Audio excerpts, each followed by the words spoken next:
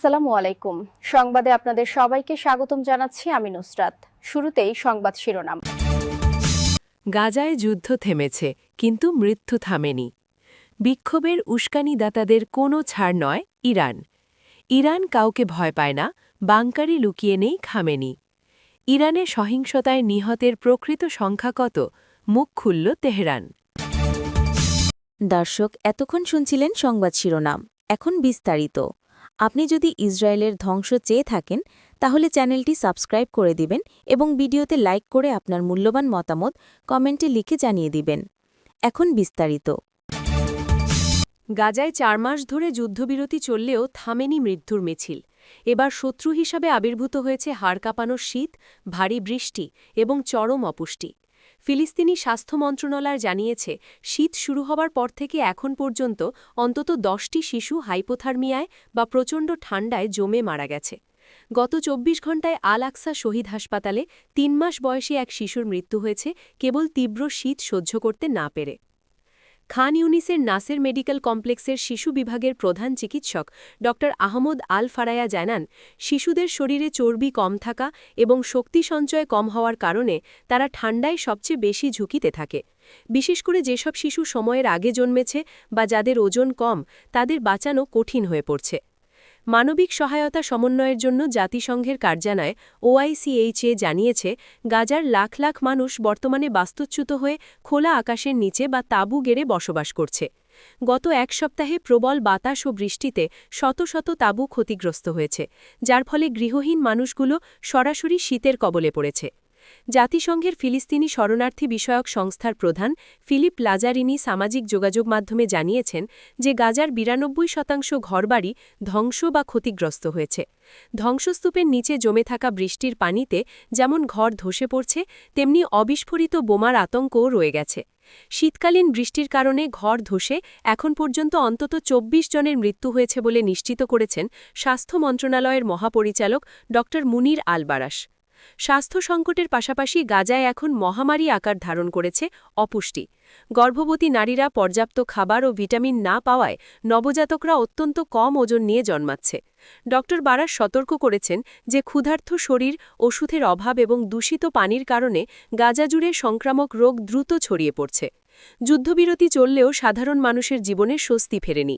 এরই মধ্যে মার্কিন প্রেসিডেন্টের বিশেষ দূত স্টিভ উইটকফ এবং জামাতা জ্যারেড কুশনার ইসরায়েলি প্রধানমন্ত্রী বেনিয়ামিন নেতানিয়াহুর সঙ্গে বৈঠকে বসছেন।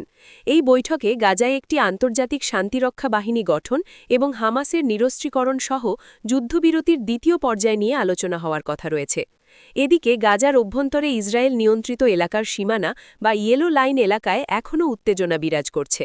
ইসরায়েলি সামরিক বাহিনী দাবি করেছে, উত্তর গাজায় এই সীমানা অতিক্রম করায় এবং বিস্ফোরক রাখার অভিযোগে তারা বেশ কয়েকজন সশস্ত্র ব্যক্তিকে হত্যা করেছে। যুদ্ধবিরতির শর্তানুযায়ী বড় ধরনের যুদ্ধ বন্ধ থাকলেও সীমান্ত এলাকায় এমন বিচ্ছিন্ন সংঘর্ষ এবং মানবেতর জীবনযাত্রা গাজার সাধারণ মানুষের কষ্টকে প্রতিদিন আরও বাড়িয়ে তুলছে। ইরানের বিচার বিভাগীয় প্রধান গোলাম হোসেন মোহসেনি এজেই সম্প্রতি দেশজুড়ে চলা সরকারবিরোধী বিক্ষোভের নেপথ্যে থাকা উস্কানিদাতাদের কঠোর শাস্তির হুঁশিয়ারি দিয়েছেন। তিনি স্পষ্ট করে জানিয়েছেন, যারা এই আন্দোলনে ইন্ধন জুগিয়েছে এবং বিশৃঙ্খলা সৃষ্টি করেছে তাদের বিচার করার ক্ষেত্রে সামান্যতম নমনীয়তা দেখানো হবে না। জীবনযাত্রার উচ্চ মূল্য ও ক্রমবর্ধমান মুদ্রাস্ফীতির প্রতিবাদে চলতি মাসের শুরুর দিকে যে বিক্ষোভ শুরু হয়েছিল তা দ্রুতই ইসলামী প্রজাতন্ত্রের ধর্মীয় নেতৃত্বের বিরুদ্ধে একটি বড় ধরনের আন্দোলনের রূপ নেয়। একে গত কয়েক বছরের মধ্যে ইরানের নেতৃত্বের জন্য সবচেয়ে বড় চ্যালেঞ্জ হিসেবে দেখা হচ্ছে। ইরানের সরকারি বার্তা সংস্থা মিজান অনলাইন জানিয়েছে, এজেই বলেছেন যে দাঙ্গা, সন্ত্রাসবাদ এবং সহিংসতার মূল হোতাদের দ্রুততম সময়ের মধ্যে বিচারের আওতায় এনে দোষী সাব্যস্ত হলে উপযুক্ত সাজা দেওয়া এখন জনগণের দাবি। বিক্ষোভ প্রশমিত করতে সরকারের পক্ষ থেকে কঠোর দমনপীড়ন এবং দেশজুড়ে ইন্টারনেট সেবা বিচ্ছিন্ন করে দেওয়ার কয়েকদিন পর এই মন্তব্য করলেন বিচার বিভাগীয় প্রধান। তিনি তদন্ত কর্মকর্তাদের নির্দেশ দিয়েছেন যেন সর্বোচ্চ গুরুত্বের সাথে প্রতিটি ঘটনার তদন্ত করা হয় এবং অপরাধীদের চিহ্নিত করা হয়। বক্তব্যের শেষ পর্যায়ে এজেই জোর দিয়ে বলেন, যারা অস্ত্র হাতে তুলে নিয়েছে, মানুষ হত্যা করেছে কিংবা অগ্নিসংযোগ ও ধ্বংসযজ্ঞের মাধ্যমে জনজীবন বিপন্ন করেছে, তাদের বিচার হবে আপোষহীনভাবে। ন্যায়ের স্বার্থেই এই অপরাধীদের কঠোরতম শাস্তি নিশ্চিত করা হবে বলে তিনি দৃঢ় প্রত্যয় ব্যক্ত করেন। উল্লেখ্য, সরকারের কঠোর পদক্ষেপের ফলে বর্তমানে রাজপথের বিক্ষোভ অনেকটা কমে এলেও জনমনে চাপা উত্তেজনা রয়ে গেছে। ইরানের সর্বোচ্চ নেতা আয়াতুল্লাহ আলী খামেনি কোনো বাংকারে লুকিয়ে নেই, বরং তিনি সম্পূর্ণ নিরাপদ আছেন এবং নিয়মিত রাষ্ট্রীয় কার্যক্রম পরিচালনা করছেন। ভারতে নিযুক্ত ইরানের কনসাল জেনারেল সাইদ রেজা মোসায়েব মোতলাগ সম্প্রতি এনডিটিভিকে দেওয়া এক একান্ত সাক্ষাৎকারে এ তথ্য নিশ্চিত করেছেন। তিনি জানান, পশ্চিমা সংবাদ মাধ্যমগুলো খামেনিকে নিয়ে উদ্দেশ্যমূলকভাবে গুজব ছড়াচ্ছে। বর্তমান পরিস্থিতিতে তার জন্য প্রয়োজনীয় নিরাপত্তা নিশ্চিত করা হলেও তিনি কর্মকর্তাদের সঙ্গে নিয়মিত বৈঠক করছেন। ইরান কোনো বিদেশি শক্তিকে ভয় পায় না এবং যে কোনো আগ্রাসন মোকাবিলায় তেহরান এখন পুরোপুরি প্রস্তুত। সাক্ষাৎকারে মোতলাক দাবি করেন, ইরানে সম্প্রতি ঘটে যাওয়া সরকারবিরোধী বিক্ষোভের পেছনে বিদেশি গোয়েন্দা সংস্থাগুলোর হাত রয়েছে। তিনি জানান, বিক্ষোভ শুরুর দিকে নিরাপত্তা বাহিনী যথেষ্ট ধৈর্য ও নমনীয়তা দেখিয়েছিল, কিন্তু যখন বিদেশি মদতপুষ্ট সন্ত্রাসী গোষ্ঠীগুলো নাশকতা শুরু করে এবং সাধারণ মানুষের জানমালের ক্ষতি করতে থাকে, তখন সরকার কঠোর হতে বাধ্য হয়।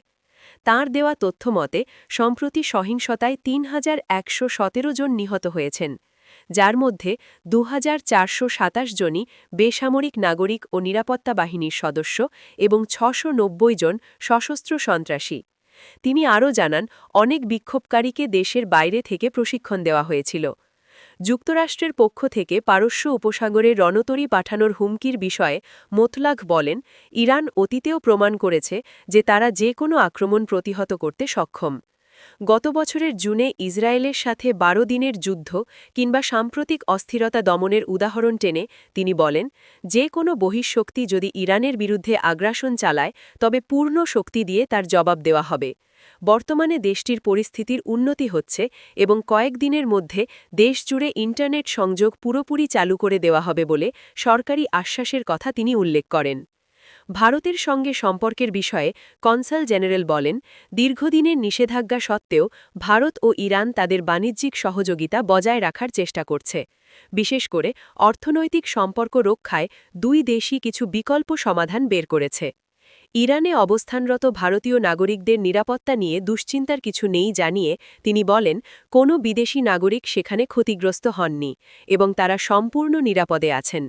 বিদেশি ষড়যন্ত্র রুখতে সাময়িকভাবে ইন্টারনেট বন্ধ রাখা হয়েছিল বলে তিনি সমর্থন জানান এবং বর্তমান স্থিতিশীলতায় সন্তোষ প্রকাশ করেন। ইরানের সাম্প্রতিক অস্থিরতায় ৩০,০০০ মানুষ নিহতের দাবিকে হিটলেরি কায়দার বড় মিথ্যা বলে অভিহিত করেছে দেশটির পররাষ্ট্র মন্ত্রণালয়। সোমবার ২৬ জানুয়ারি ইরানের পররাষ্ট্র মন্ত্রণালয়ের মুখপাত্র ইসমাইল বাগাই পশ্চিমা সংবাদমাধ্যমের এই প্রতিবেদনকে ভিত্তিহীন দাবি করে তীব্র নিন্দা জানান। বাগাই সামাজিক যোগাযোগ মাধ্যম এক্সে দেওয়া এক বার্তায় বলেন, পশ্চিমা সংবাদমাধ্যমগুলো যে সংখ্যা প্রচার করছে, সম্ভবত তারা ইরানের রাস্তায় ঠিক তত মানুষকে হত্যার পরিকল্পনা করেছিল, কিন্তু তাদের সেই পরিকল্পনা ব্যর্থ হওয়ার পর এখন তারা গণমাধ্যমে মিথ্যা তথ্য ছড়াচ্ছে। ইরানে গত ২৯ ডিসেম্বর রিয়ালের দরপতনের প্রতিবাদে শুরু হওয়া বিক্ষোভ দেশটির বড় শহরগুলোতে ছড়িয়ে পড়ে। এই অস্থিরতার জন্য শুরু থেকেই ইসরায়েল ও যুক্তরাষ্ট্রকে দায়ী করে আসছে তেহরান। গত ৮ জানুয়ারি বিক্ষোভের মধ্যে সশস্ত্র সন্ত্রাসীদের উপস্থিতির কথা জানান ইরানের পররাষ্ট্রমন্ত্রী আব্বাস আরাঘচি। গত ২৩ জানুয়ারি তিনি এক বিবৃতিতে জানান, এই সহিংসতায় এখন পর্যন্ত বেসামরিক নাগরিক ও নিরাপত্তা বাহিনীর সদস্য মিলিয়ে মোট ৩,১১৭ জন নিহত হয়েছেন, যেখানে সরকার পক্ষ থেকে ৪০ জন নিরাপত্তাকর্মীর মৃত্যুর খবর নিশ্চিত করা হয়েছে। অন্যদিকে মার্কিন প্রেসিডেন্ট ডোনাল্ড ট্রাম্প তেহরানের বিরুদ্ধে শক্তি প্রয়োগের হুঁশিয়ারি দিলেও ইরান তাদের অবস্থানে অনড় রয়েছে। বাগাই পশ্চিমা সংবাদমাধ্যমের এই কর্মকাণ্ডকে চরম বিদ্বেষপূর্ণ হিসেবে বর্ণনা করেছেন। দেশটির মতে বিদেশি শক্তিগুলো অস্থিরতাকে কাজে লাগিয়ে ইরানকে অস্থিরতা করার চেষ্টা করছে, তবে সরকারি হিসেব অনুযায়ী নিহতের সংখ্যা পশ্চিমা দাবির তুলনায় অনেক কম। আপনি যদি আমাদের চ্যানেলে নতুন হয়ে থাকেন তাহলে চ্যানেলটি সাবস্ক্রাইব করে দিন।